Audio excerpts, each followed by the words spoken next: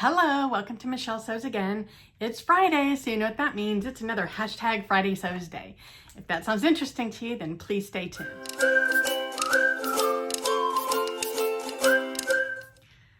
Okay, so I'm actually doing a Friday Sews on a Friday. Yay me. And I missed last week. I was just busy. I had company and I didn't have time over the weekend. So thank you for those of you that reached out to me. I was a little surprised. I've only been gone a week and you guys are so sweet. This community is so amazing. I love the sewing community. I was shocked that people missed me after just 1 week. So thank you so much. Anyway, so let's just jump into it. All right, so what have I sewn over the last, now I'm gonna go over the last 2 weeks since I missed a week. I haven't sewn a lot. I did sew a t-shirt and I intended to submit this as an entry for the t-shirt for summer challenge that was hosted in June by Joe from Sew Joey. And I didn't enter it because I didn't finish hemming the sleeves or the hem. And that's because I'm not happy with it. It's not the pattern. I made a huge mistake in the way that I cut out the fabric. And I don't know what happened because I double checked it and I think my brain just wasn't working.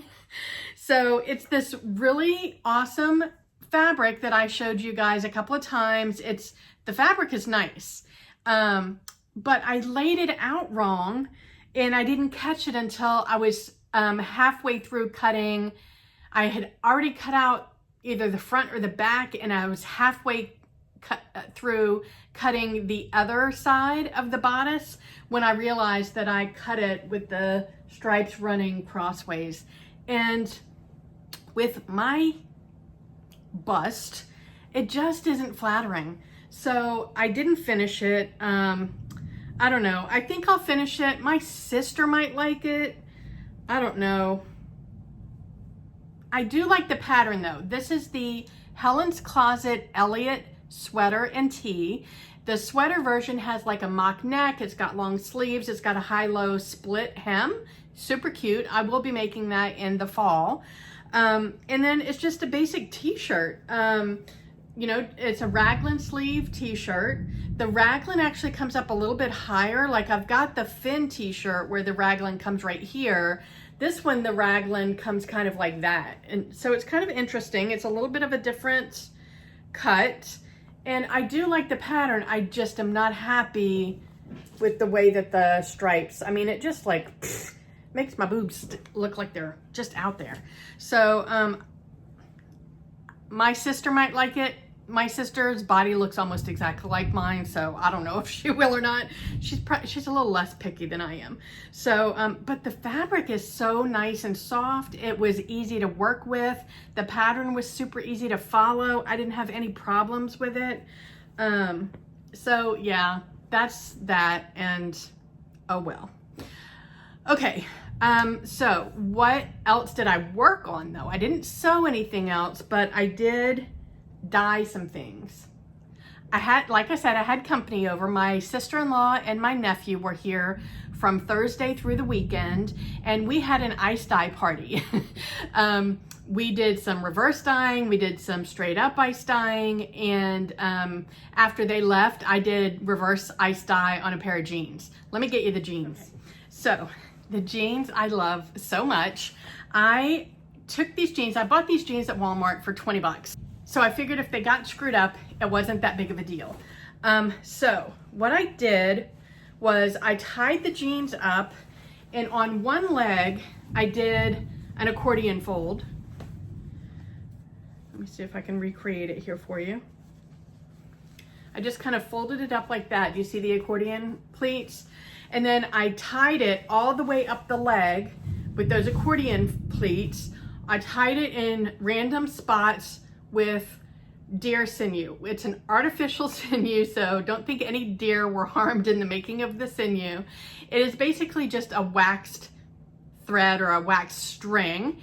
And what happens is the wax on the string protects the fabric underneath. So whether you're removing color or you're adding color, that doesn't happen underneath where the string is tied, but the string needs to be tied super tight. So I had that all the way up one leg, and then the rest of it I just scrunched. And so the first step was to remove the existing denim color that was in the jeans. And so let me show you. You can see in between the purple dye here, this is what the original color of the jeans was. When I finished removing the color, it was more like this. So it wasn't white, but it was super light, and so it was able to take the dye. Where you will see this color, I used a color called Bluebird. So it's more of a like vibrant turquoisey kind of a blue, which is what I wanted, along with, I think I used Razzle Dazzle for the pink. I am not 100% sure about that. Anyway, so I'll show a full picture. I laid them out on my bed here.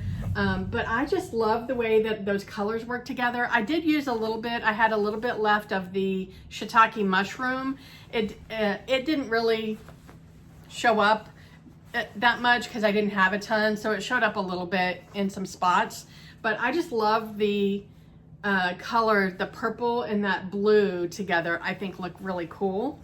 So I'm really happy with that, and I am encouraged to dye some more jeans.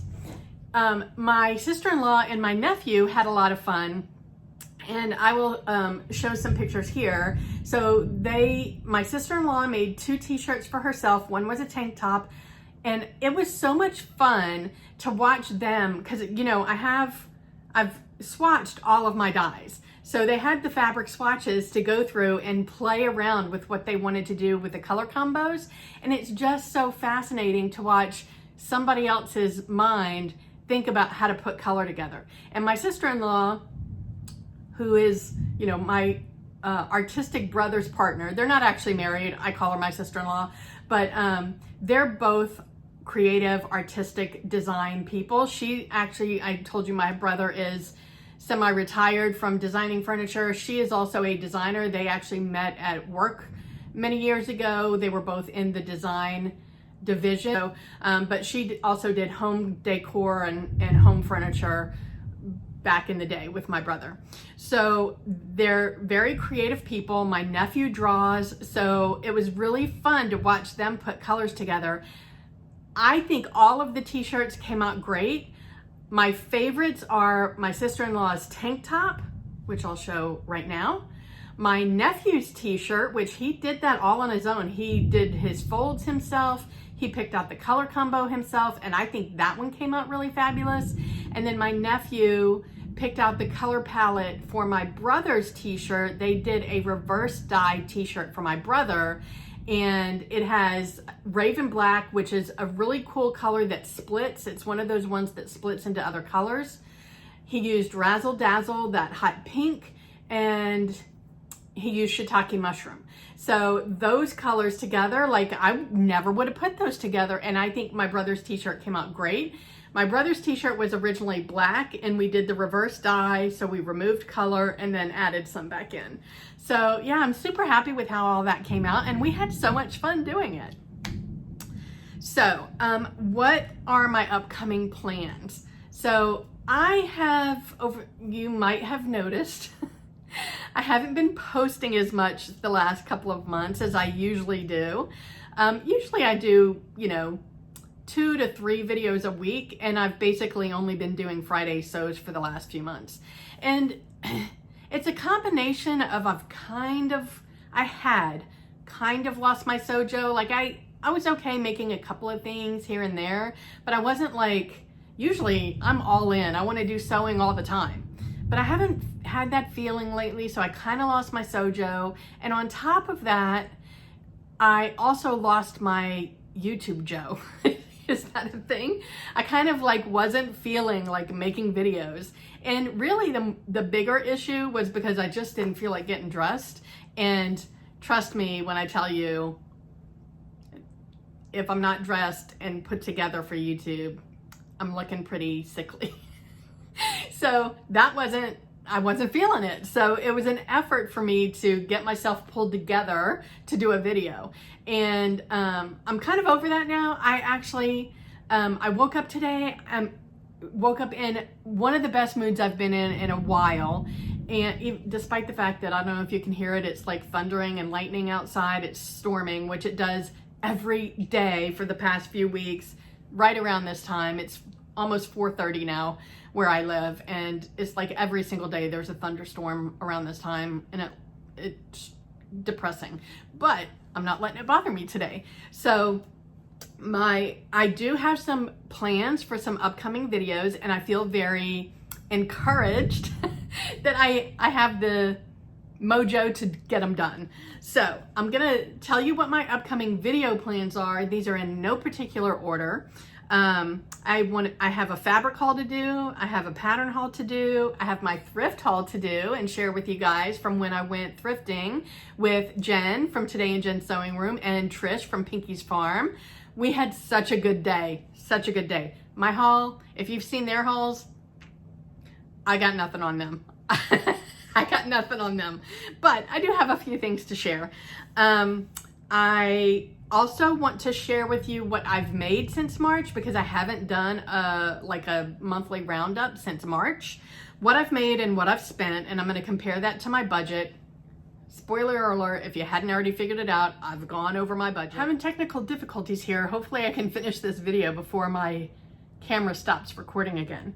So let me finish it up with, also I'm going to do a video on July challenges. That one will probably be coming up next, since I want to get that out to you guys so you know what you might want to participate in for the month.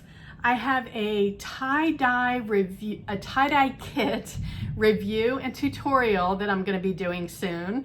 And what's interesting about that is this tie-dye kit claims that you don't need to use soda ash, which I thought would be really helpful for those of you that don't want to invest all of the components that I use in my tie-dyeing. And I'm going to compare the saturation of this tie-dye kit with some of the things that I've dyed using my other dyes. So that'll be coming up soon. And then finally, I want to do a video on my color analysis, which I told you guys I had done recently. And now I've got the energy and I'm in the mood to do it. Finally, I have an announcement to make. So last year in October, I hosted the Sew Purple to End ALZ challenge. And that was a really big success. I was able to raise a lot of money and a lot of people participated, and thank you to all of you that did. And so what I'm going to do different this year, one, I'm giving everybody plenty of advance notice. I'm posting this here on July 1st. And secondly, I have reached out to a ton of my sewing buddies here on YouTube, and I'm going to be doing a boatload of collaborations. So I haven't had anybody turn me down yet, you guys. I mean, the sewing community here on YouTube is just phenomenal.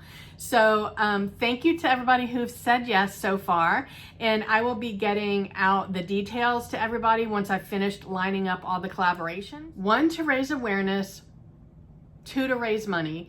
And by raising awareness, what I mean is I think there's a misconception out there that really the only impact of Alzheimer's on a person is their loss of memory. There's so much more to it than that. So I'm going to do some educational videos. I'm going to share my personal story about my dad's situation, and we're going to sew a lot of purple stuff. So you do not have to sew a garment. You can sew other things. I do want the fabric to be primarily purple. It doesn't have to be solid. You can sew with the print, but I do want it to be primarily purple. So there'll be more to come on that in the upcoming weeks.